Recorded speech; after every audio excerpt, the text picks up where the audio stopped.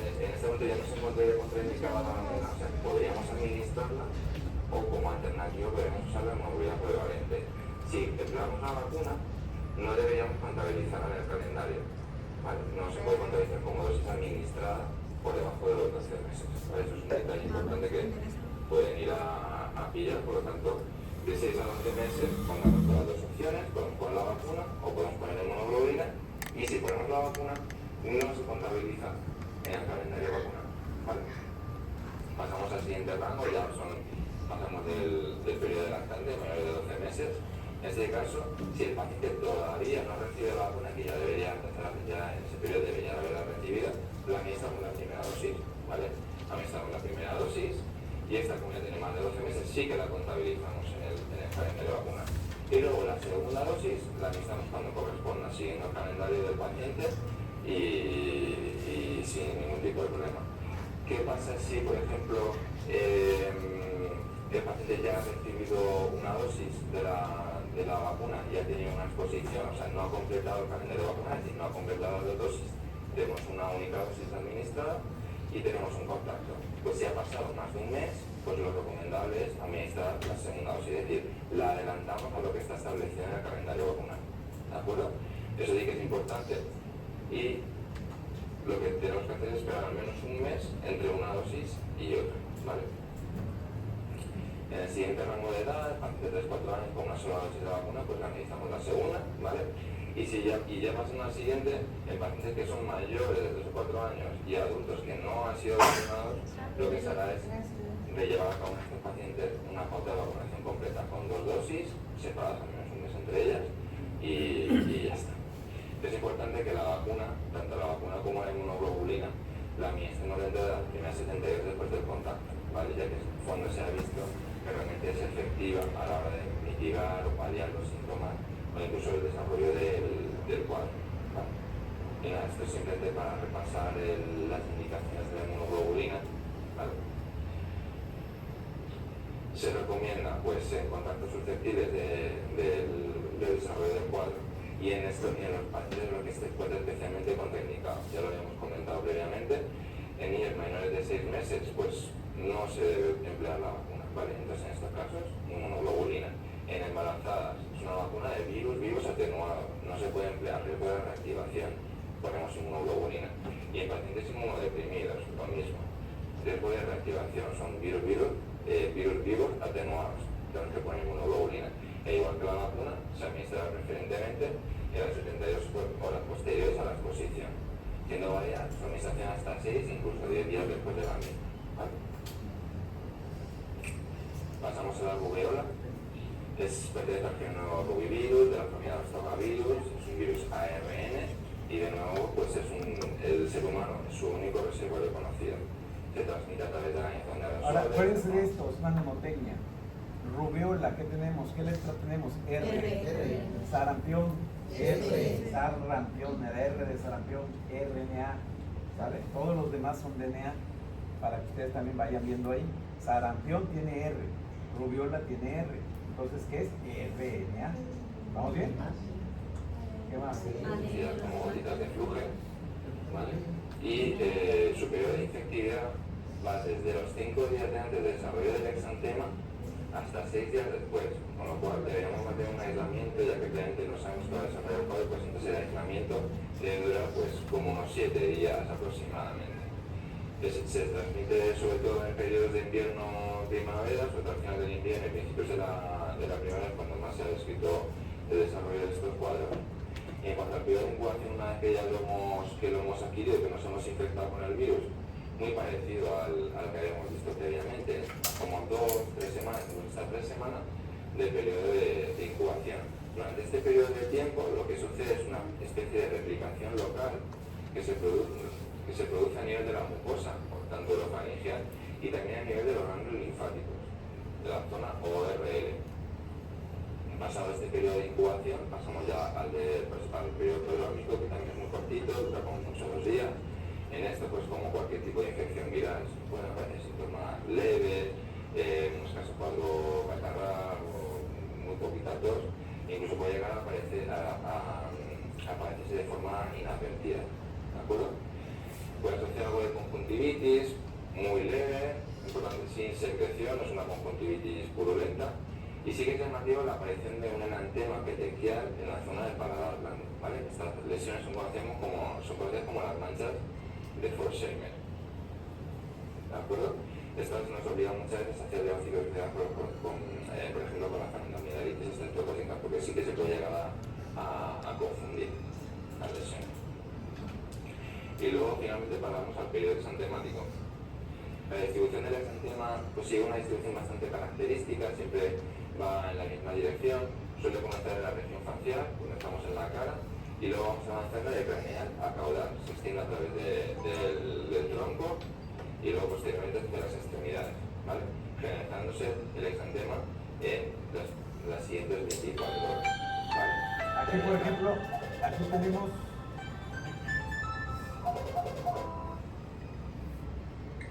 tenemos lo siguiente, déjenme, voy a comentar ¿cómo le hago? Aquí,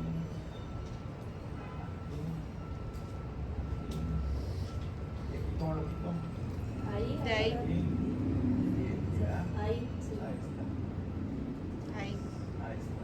Bueno, ya la cerramos y empezamos.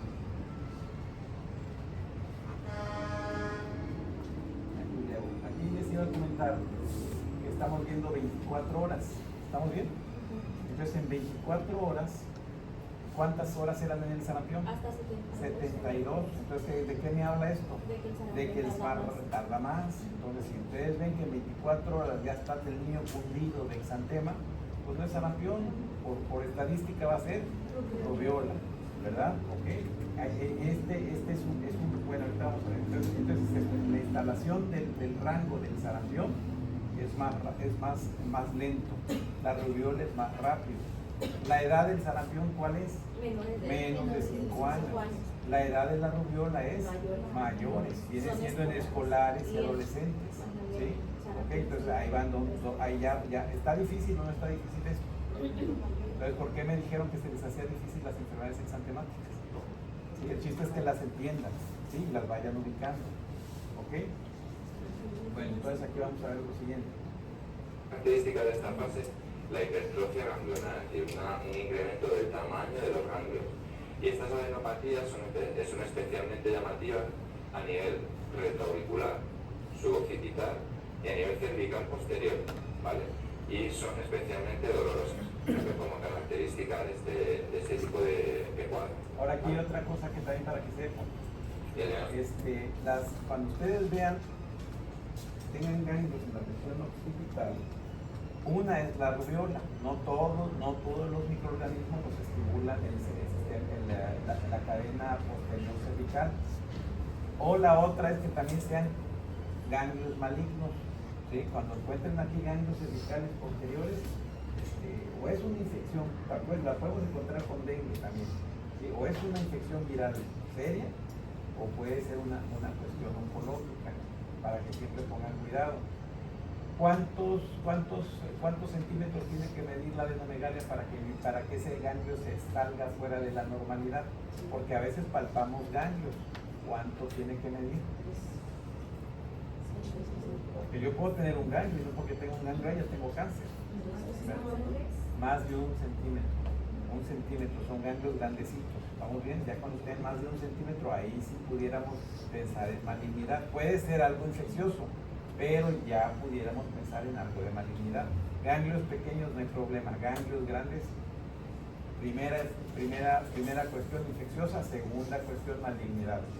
Si están en cadena anterior, si están en cadena posterior, la malignidad se incrementa con el tamaño de ganglio elevado. ¿Estamos bien?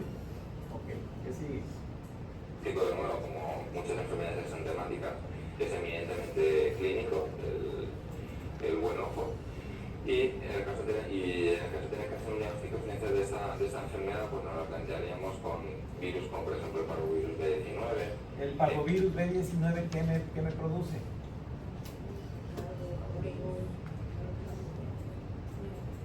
Ya está ahí en su capítulo, es el siguiente capítulo. Es el eritema infeccioso. Y la infección pápulo purpúrica en guante y calcetín. Esas me van a formar el parvovirus B19 y son los siguientes dos incisos, dos subcapítulos que vienen en este capítulo. Era para que ya lo hubieran leído todo, no están leyendo. El virus de Epstein-Barr, ¿qué me produce? Mononucleosis infecciosa. ¿Y el virus del sarampión cuál es? ¿Cuál es su etiología del virus sarampión? ¿Qué familia pertenece? El ARN. No, paramixoviridad. Paramixoviridad, ok. El virus de Epstein-Barr o el virus del sarampión.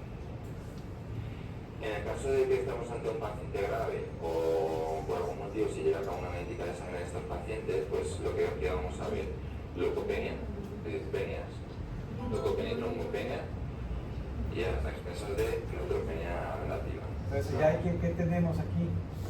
Otra vez de nuevo, penias.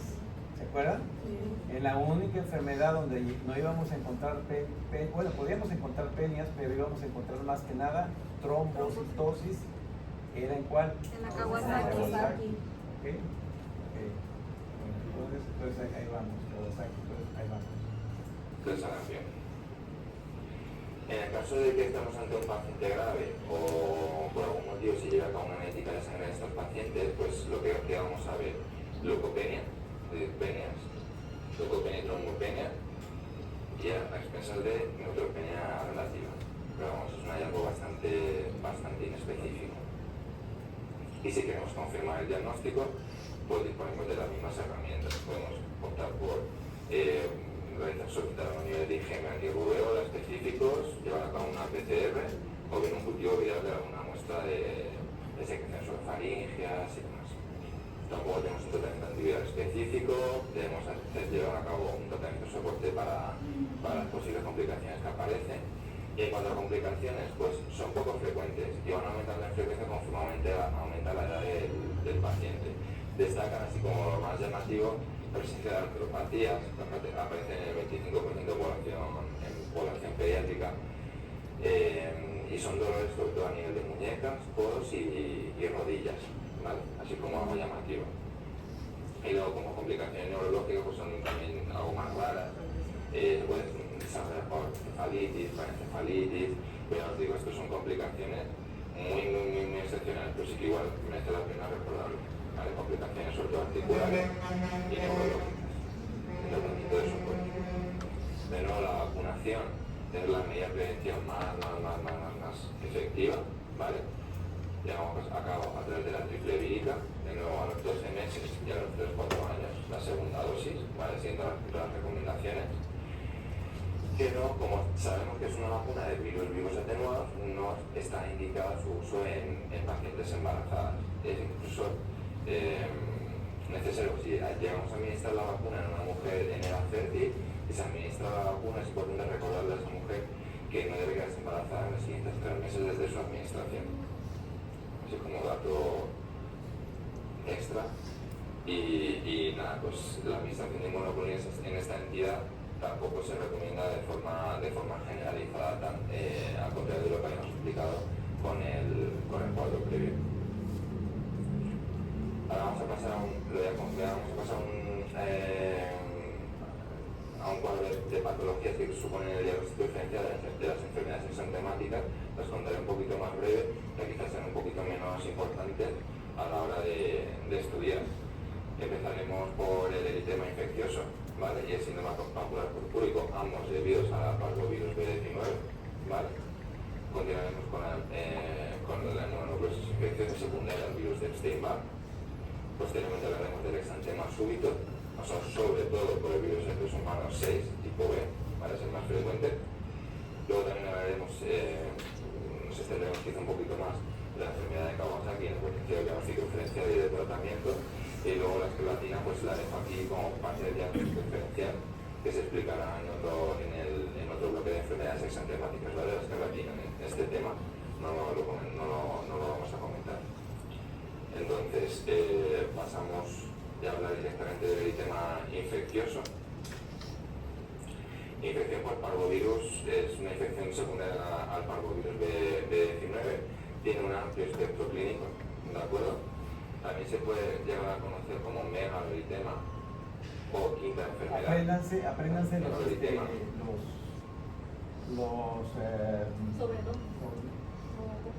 sinónimos, ¿sí? Megaloeritema y quinta enfermedad. O quinta enfermedad. Y en pacientes inmunodeprimidos, pues puede llegar a desarrollar también cuadros de crisis de clínica clásica y también cuadros de artropatía. Tenemos pues eso, el parvovirus B19, un virus DNA. ¿Ya vieron? Ya es DNA. ¿Vamos bien? El DNA, los RNA son los que llevan R, sarampión, rubiola. Este lleva parvovirus, pero no. El DNA, acuérdense nada más los sarampión y rubiola, ¿vale? Porque yo digo, si parvovirus, capaz se me convulsionan ahí, me la sacan mal. Parvovirus no, sí, lleva R, pero ese no, nada más sarampión y rubiola. Okay. Y su transmisión es especialmente pues, a través de gotas, respiratoria y de contacto.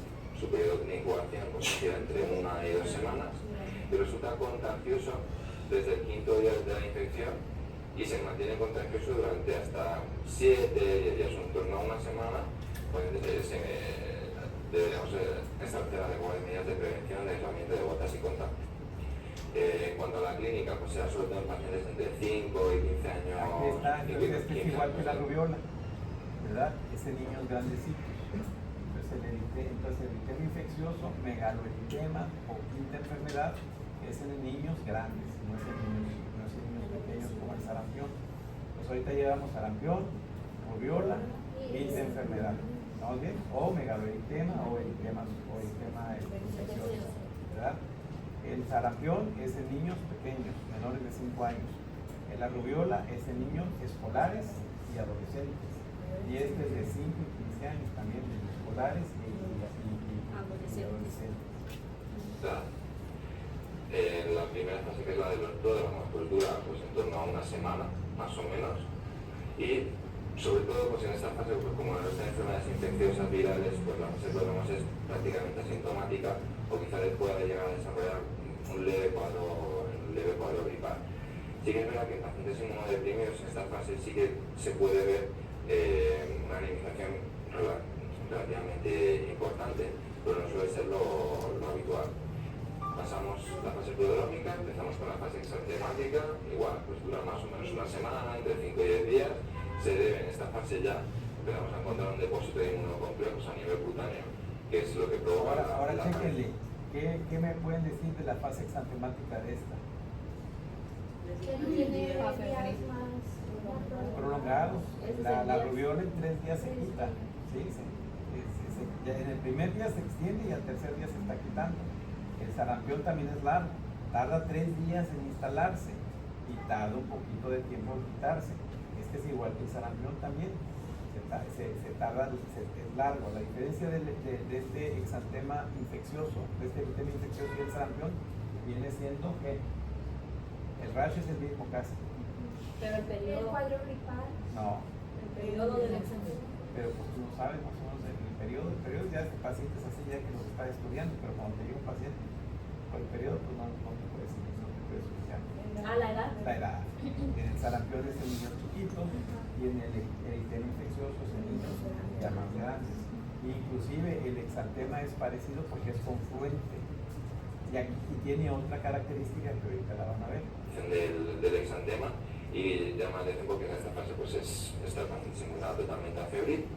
¿Y qué tipo de exantema vemos? Aquí está. Un eritema importante en el la exantema afebril. Entonces este exantema es igual que el sarampión, es otra diferencia. En el sarampión el exantema empieza con la fiebre y en este el exantema se quita con la fiebre. ¿Vamos bien? ¿Ya entendieron? Sí. ¿Sí? Es como el dengue. El dengue sí se acuerda. Inicia el exantema, se quita la fiebre. Se llama el periodo de efervescencia. Este es igual. Quita la fiebre y empieza el exantema. Entonces también es otra diferencia con el sarampión. Vale. Se extiende de forma macular o maculopapular y va pasando desde la cara hasta el tronco y posteriormente a las extremidades, sobre todo en zonas de extensión, ¿vale? En las zonas de codo, rodilla y demás. Aquí, otra característica del eritema infeccioso, ¿verdad?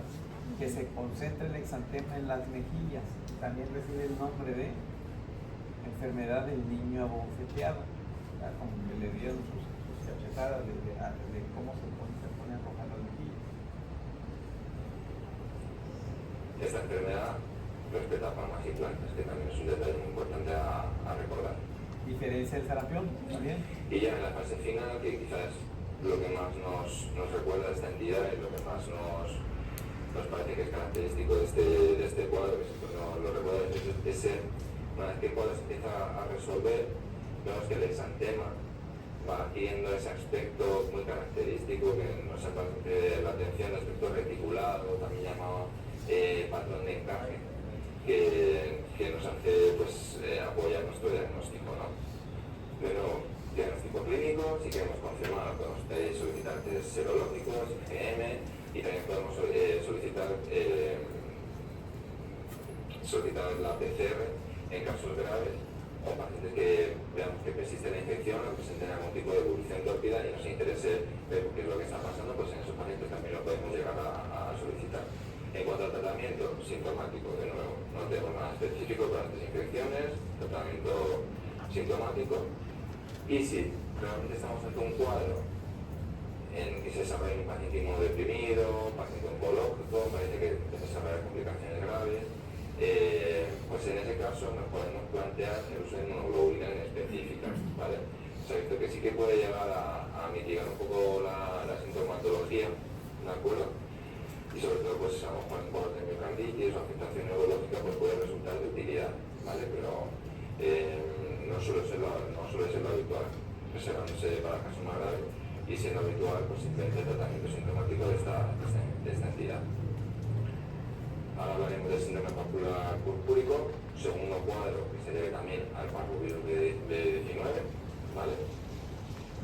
Esto es una manifestación distintiva en adolescentes y adultos, ¿vale? Raramente lo vamos a ver en edad pediátrica, en los niños más pequeños, que también se puede ver, pero sobre todo una manifestación distintiva en adolescentes y adultos. Eso ahorita ¿qué hablamos?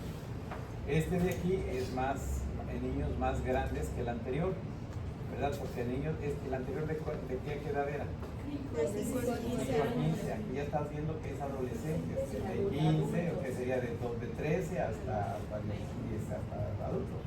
Sí, ya esta es una enfermedad ya más de adulto, el síndrome papular. Entonces el control anterior, el de tratamiento, queda así asintomático, o sea, no se le hace nada.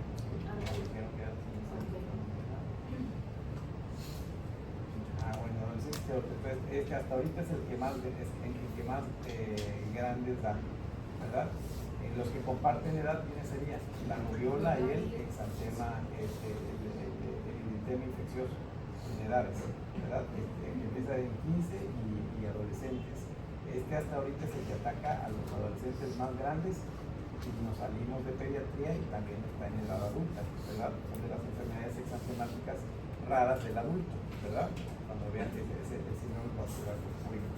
El que hasta ahorita ataca a niños más chiquitos, ¿cuál es? Sarampión. Vamos bien, entonces ¿cómo vamos? Sarampión por edades. Luego viene rubiola y luego viene el eritema infeccioso.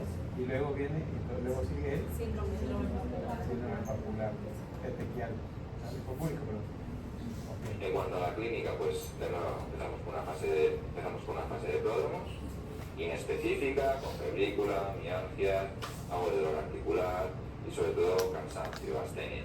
Pasamos a la siguiente fase, que es la fase del exantema, que es muy rápidamente progresivo. Comenzamos con edema en las zonas más sacrales, en zona de manos y pies, y posteriormente a la aparición de ese edema empiezan a aparecer lesiones petequiales, ¿vale? Lesiones petequiales que más o menos nos confirman el diagnóstico cuando lo vemos en la clínica, ¿de acuerdo? Y que afectan sobre todo a la zona del 2. ¿Vale? Entonces tenemos edema y petequias en las zonas más sacrales, es decir, en manos, pies. Diagnósticos clínicos, sobre todo en adolescentes y en adultos, aunque es verdad que se puede ver en edades más pequeñas, en pediatría, pero es mucho más raro. Y esas lesiones características en las zonas más sacrales. Diagnóstico clínico. Si de nuevo hacemos la prueba de laboratorio, hacemos analítica de sangre por algún otro motivo para confirmar el diagnóstico, pues no suele haber ningún dato así especialmente característico. Aún de las infecciones virales, pues nos podemos encontrar penia, como linfopenia, neutropenia, trombopenia. Y si queremos por algún motivo confirmar el diagnóstico, pues de nuevo podemos pedir IgM específico, ¿de acuerdo? Para confirmar una infección aguda por este virus. O también solicitar una PCR. Tratamiento sintomático, ¿vale? Simplemente de soporte. Antitérmicos, antiinflamatorios, lo que vaya necesitando el paciente, ¿de acuerdo? Y como complicaciones, pues son más raras quizás, pero bueno, pueden aparecer crisis aplásicas de manera transitoria, podemos encontrarnos una inflamación a nivel hepático, hepatitis, elevación de transaminasas, elevación de perostasis, artritis y miocardiopatía. Bueno, estas manifestaciones, estas complicaciones son también especialmente raras y no suelen verse con frecuencia en la clínica. Pasamos al siguiente cuadro. Sí, se acabó la hora. Infecciosa, ¿Tienes el minuto? Etiología. El minuto del que. No, pero es mononucleosis infecciosa. Mononucleosis Cuando llegue la mononucleosis infecciosa ahí nos quedamos. Traten de, no con muchas páginas, traten de ver